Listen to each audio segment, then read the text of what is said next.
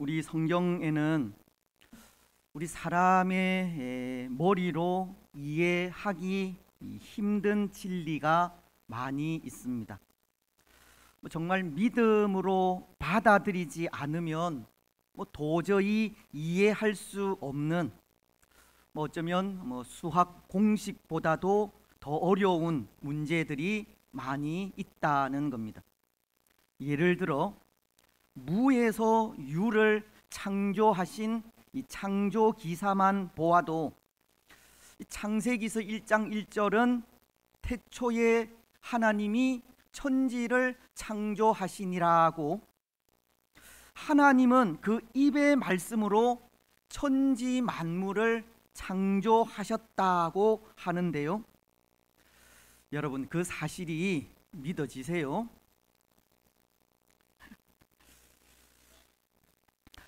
또 이스라엘이 이 애굽에서 나와 광야의 길을 갈 때 그들을 가로막은 홍해, 그 바다를 가르신 일도 믿어지지 않는 일이고, 여호수아 시대 태양이 기브온 위에 머무른 사건도 이해되지 않는 것은 마찬가지입니다.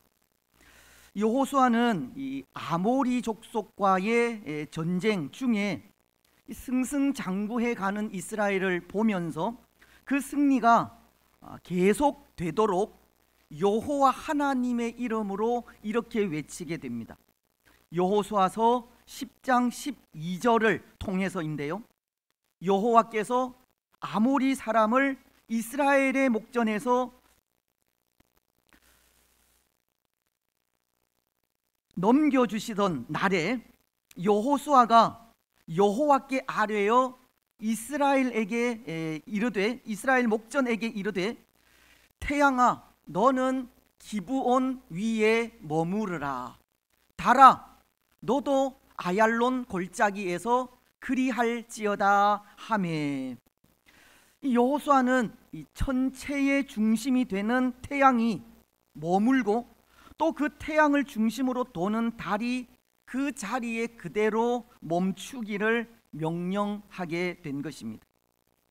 사실은 전혀 불가능하고 도저히 일어날 수 없는 일을 태양과 달에게 명령하게 되었습니다. 그런데 여러분, 여호수아의 그 명령에 대해 성경은 이렇게 기록하고 있습니다.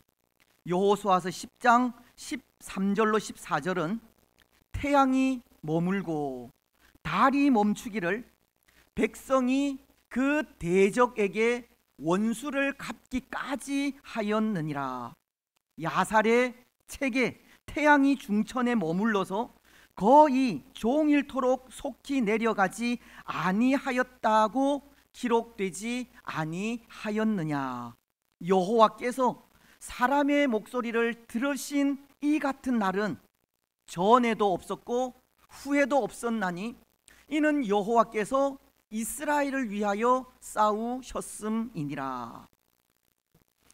여호와 하나님의 이름으로 태양이 머물고 달이 멈추기를 명령하자 태양과 달이 그 자리에 머물러서 거의 종일토록 속히 내려가지 않았다고 믿기지 않은 일을 기록하고 있는 겁니다.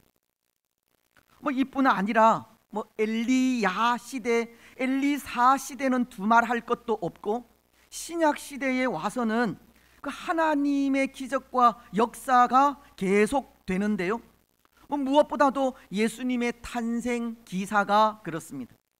마태복음은 1장 18절을 통해 이렇게 말씀하십니다. 예수 그리스도의 나심은 이러하니라. 그의 어머니 마리아가 요셉과 약혼하고 동거하기 전에 성령으로 잉태된 것이 나타났더니, 예수님에 대해 성령으로 잉태되었다고 하는 정말 말도 안 되는 기사를 기록하고 있는 겁니다. 사실은 이러한 일이 신화에서나 일어날 수 있는 일이지 않습니까? 곰이 마늘을 먹고 인간이 된다거나 한 나라의 창시자가 아래에서 태어났다고 하는 등 신화와도 같은 일이라는 겁니다.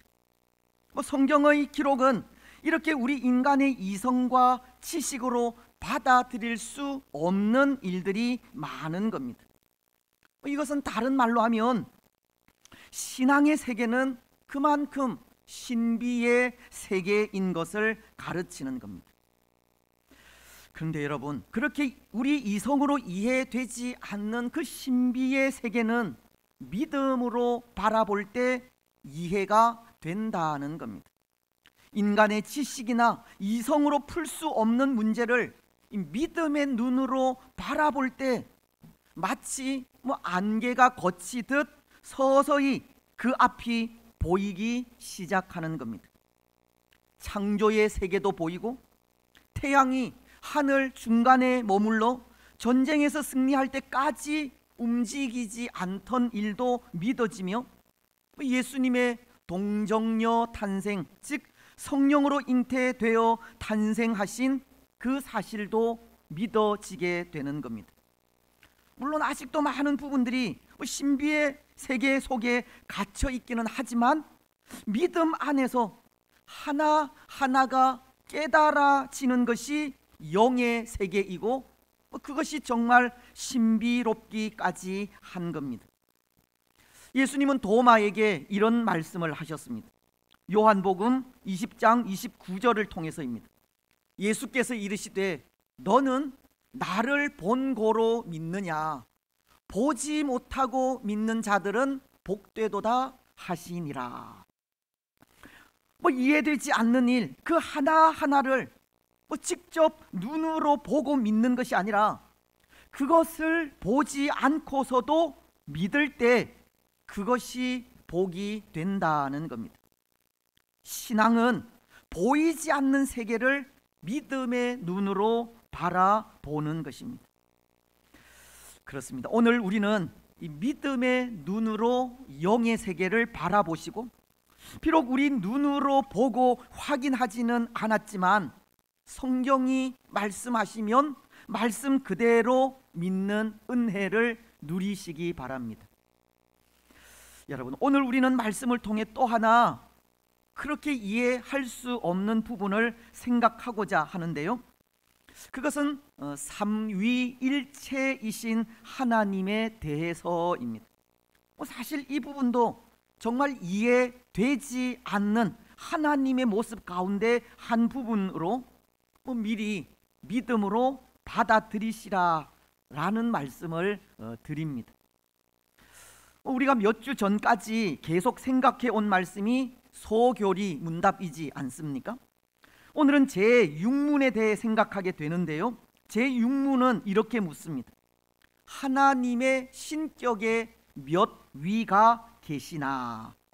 이 질문에 대한 답은 하나님의 신격에는 3위가 계시며 성부와 성자와 성령이신데 이 3위는 한 하나님이시고 본질은 같으시며 능력과 영광에 있어서는 동등하시다는 겁니다. 먼저 여기 신격이라는 것은 신성으로 이해해도 좋을 것 같은데요, 하나님이 신으로서 가지신 성격을 말하는 겁니다. 즉 하나님은 어떠하신 존재인지를 묻는 것이 이 질문이고, 이 질문은 하나님이 어떠한 분이신지에 대한 바른 이해를 제공하는 질문이 아닌가 합니다.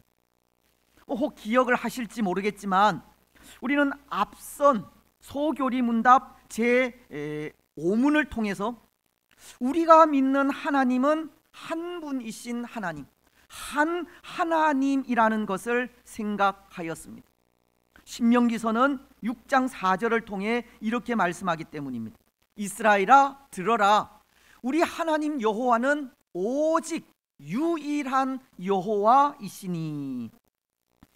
스스로 존재하시는 하나님은 살아계신 하나님이요 오직 유일한 신이시라는 겁니다. 소교리 문답 제5문은 하나님에 대해 그렇게 하나이신 하나님에 대해 가르치신 겁니다.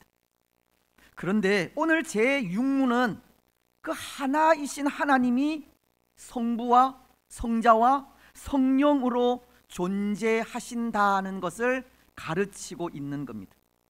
성부, 성자, 성령 하나님은 하나이시고 그 본질과 능력과 영광에 있어서도 동등하시지만 서로 이 구별이 될 만큼 다른 모습으로 존재하고 있다는 겁니다. 물론 이 세 분 중 어느 한 분이 더 뛰어나시거나 완전하신 것은 아닙니다. 또 다른 분을 지배하는 경우도 없습니다. 또한 아버지가 회사에서는 사원이 되고 교회에서는 성도가 되며 가정에서는 아버지가 되듯 한 분이신 하나님이 주어진 상황에 따라 다른 역할을 담당하는 그런 경우도 아닙니다. 삼위 하나님은 한 하나님이시면서도 성부, 성자, 성령으로 완전히 구별되어 존재하시는 겁니다. 여러분 어떻습니까? 여기까지의 설명이 이해가 되시는지 모르겠는데요. 사실 이 부분을 설명하는 저 자신도 어떻게 설명해야 명확히 알 수 있을런지 난감하기도 합니다. 그래서 어떤 사람은 이 삼위일체라는 이 교리를 설명하면서 이런 말을 했다고 하는데요. 삼위일체를 이해하려면 정신을 잃고 삼위일체를 부정하면 영혼을 잃는다는 말입니다. 참 공감이 가는 말이 아닐 수 없습니다. 결코 이해할 수도 그렇다고 또 부정할 수도 없는 부분이 이 삼위일체라는 교리이기 때문입니다.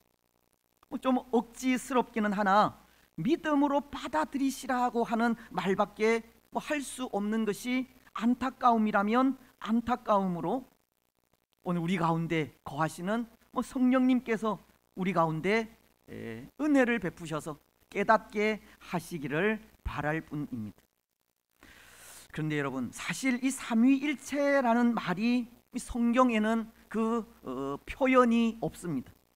성경은 하나님의 존재를 한 하나님으로 가르치고는 있지만 삼위를 가지신 분이 하나로 존재한다고 하는 기록이 없다는 겁니다.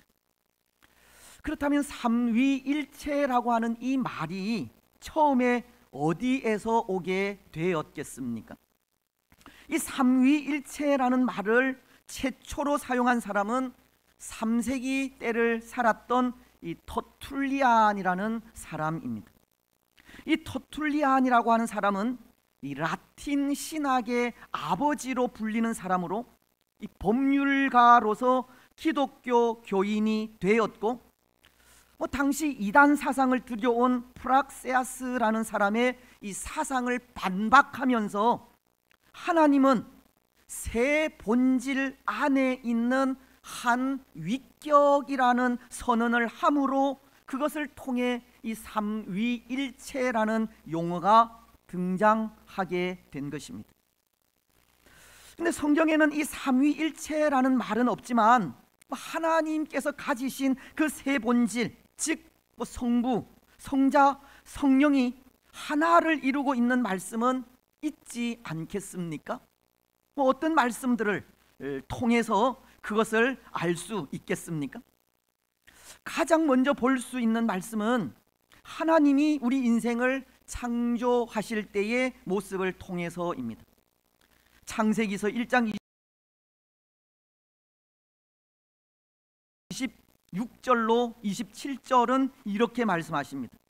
하나님이 이르시되 우리의 형상을 따라 우리의 모양대로 우리가 사람을 만들고 그들로 바다의 물고기와 하늘의 새와 가축과 온 땅과 땅에 기는 모든 것을 다스리게 하자 하시고 하나님이 자기 형상 곧 하나님의 형상대로 사람을 창조하시되 남자와 여자를 창조하시고 하나님이 사람을 창조하실 때 표현을 통해 알 수 있다는 것으로, 하나님은 사람을 창조하시면서 자신에 대해 우리라는 표현을 하신 겁니다.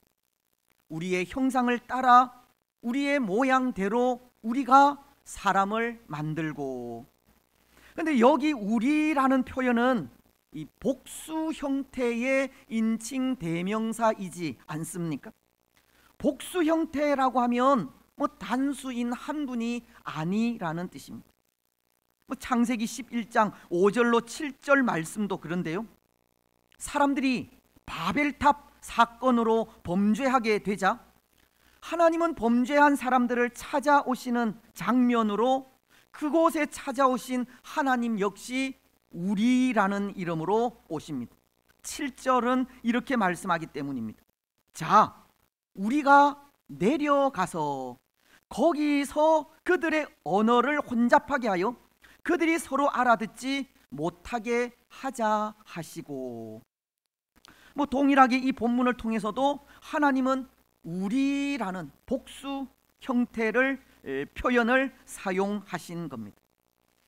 근데 이것이 신약 성경으로 가면 더 구체적인 표현을 하시는 것이 앞서 세례를 거행하기 전에 봉독했던 마태복음 28장 19절은 이렇게 말씀하시기 때문입니다. 그러므로 너희는 가서 모든 민족을 제자로 삼아 아버지와 아들과 성령의 이름으로 세례를 베풀고, 말씀은 아버지와 아들과 성령의 이름으로 세례를 베풀라고 하지 않습니까? 아버지와 아들과 성령이라고, 하나님은 성부 하나님, 성자 예수님, 성령 하나님, 삼위 하나님으로 존재하심을 가르치고 있는 겁니다.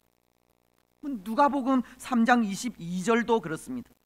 말씀은 예수님께서 세례를 받으시는 장면을 기록하면서 성령이 비둘기 같은 형체로 그의 위에 강림하시더니 하늘로부터 소리가 나기를 너는 내 사랑하는 아들이라, 내가 너를 기뻐하노라 하시니라. 동일하게도 하나님은 비둘기의 형태로 임하신 성령, 너는 내 사랑하는 아들이라고 불러주시는 성부 하나님, 그리고 세례를 받으시는 성자 예수님, 이렇게 성부, 성자, 성령 하나님의 존재를 전하고 있는 겁니다. 이것은 또한 사도 바울이 하나님의 복을 기원할 때 나타나는 모습이기도 한데요, 고린도후서 13장 13절은 주 예수 그리스도의 은혜와 하나님의 사랑과 성령의 교통하심이 너희 무리와 함께 있을지어다. 동일하게 성부, 성자, 성령 삼위 하나님에 대해 말씀하시는 겁니다. 성경은 이렇게 한 분이신 하나님이 삼위로 존재하신다는 것을 말씀하고 있다는 것입니다.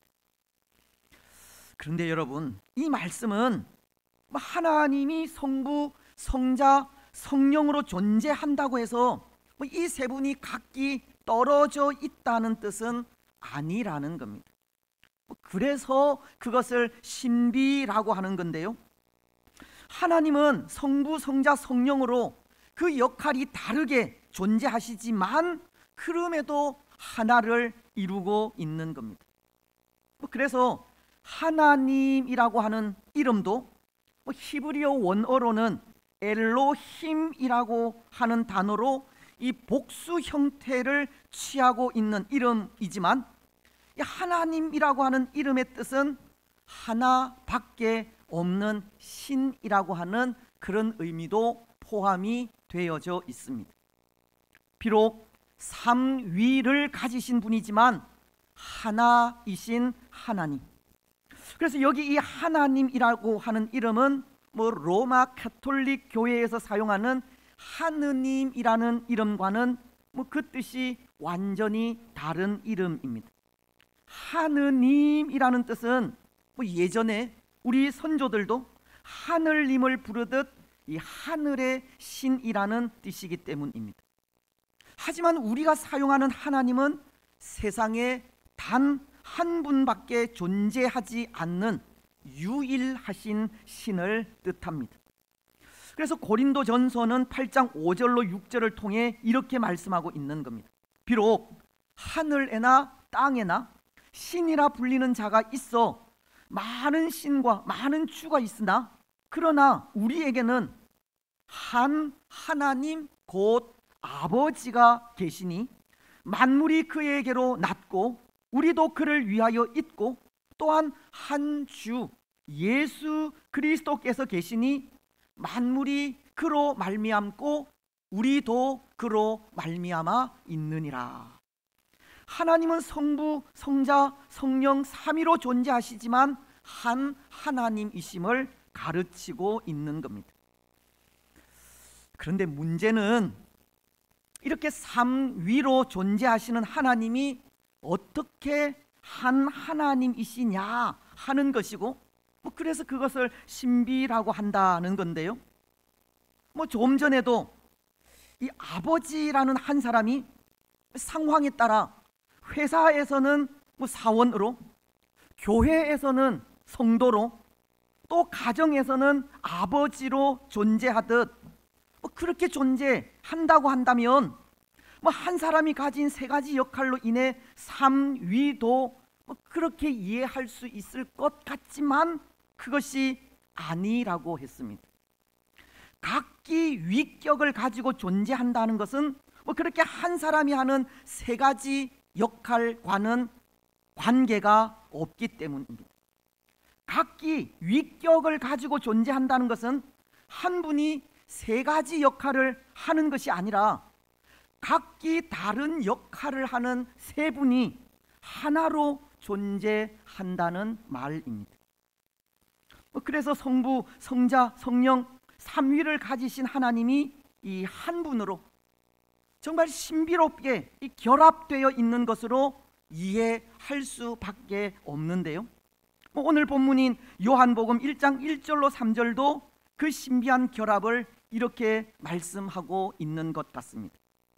우리 이 말씀 같이 한번 읽었으면 좋겠는데요. 1절부터 시작. 태초에 말씀이 계시니라.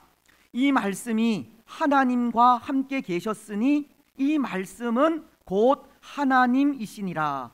그가 태초에 하나님과 함께 계셨고 만물이 그로 말미암아 지은 바 되었으니 지은 것이 하나도 그가 없이는 된 것이 없느니라.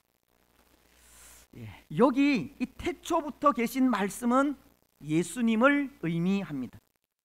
그리고 말씀이신 예수님은 하나님과 함께 태초부터 계셨다고 하지만 말씀이신 예수님은 또 그분이 곧 하나님이시라고, 예수님과 아버지이신 하나님이 하나이심을 말씀하고 있는 겁니다.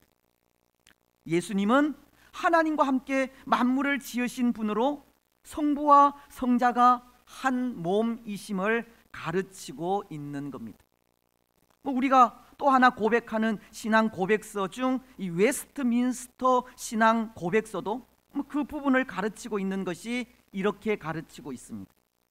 성부는 누구에게 속하시지도 않고 어디에서나 나신 바 되지도 않고 나오시지도 않고, 성자는 영원히 성부에게서 나시고 성령은 영원히 성부와 성자에게서 나오신다. 더 어려운 말 같은데요. 성부, 성자, 성령 이 삼위 하나님의 관계를 말씀하는 것으로 성부 하나님에게서 성자 예수님이 나오시고 성부 하나님과 성자 예수님으로부터 성령께서 나오시는 것을 말씀하는 것으로 결국 그 세 분은 이 한 분이라고 하는 말씀입니다. 성부, 성자, 성령 이 삼위를 가지신 하나님이 한 분으로, 한 하나님으로 신비롭게 결합되어 있다는 뜻입니다. 여러분, 그렇다면 이렇게 삼위로 존재하시는 하나님은 각기 그 맡으신 역할이 있으리라 생각을 합니다. 그렇지 않겠습니까? 성부, 성자, 성령님은 각기 그 하시는 역할이 있다는 겁니다. 그 역할이 어떤 것이겠습니까? 오늘 우리가 받은 이 구원을 예로 든다면 먼저 이 구원이라고 하는 것을 계획하신 분이 있지 않겠습니까? 구원을 계획하신 분이 성부 하나님이십니다. 즉 성부 하나님은 모든 일을 계획하시는 역할을 한다는 겁니다.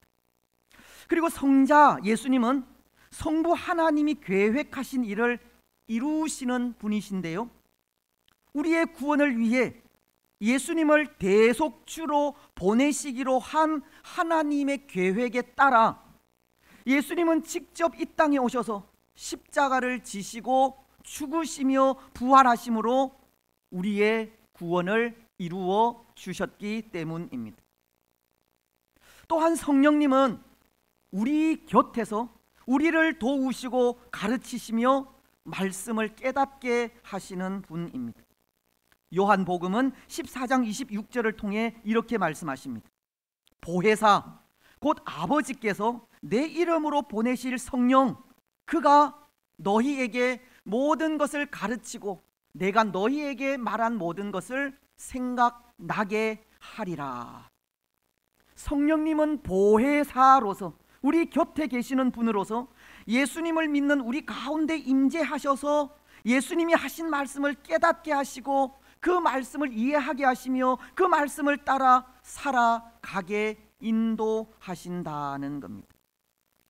그래서 이것을 다시 한번 정리하면 성부 하나님은 창조주이시고 영원하신 하나님으로서 모든 일을 계획하시는 분이고, 성자 예수님은 구원자로서 이 땅에 성육신하셔서 하나님의 뜻을 이루신 분이며, 성령 하나님은 보혜사로서 우리 곁에서 우리를 도우시는 분인 겁니다. 여러분, 삼위 하나님의 역할은 이렇습니다. 그래서 오늘 우리가 삼위 하나님의 이런 역할을 고백하고 인정하는 것이 얼마나 중요한지 모릅니다. 왜냐하면 삼위 하나님이 하시는 그 역할로 인해서 우리가 구원받은 하나님의 백성이 되었기 때문입니다. 우리 마음으로 예수가 그리스도됨을 믿고 입으로 시인하는 것은 삼위 하나님께서 하신 일이기 때문입니다. 또 그 삼위 하나님은 그것을 믿는 우리를 통해서 하나님의 뜻을 이루어 가실 것이고 또 우리의 믿음을 성장시켜 주실 것이기 때문입니다.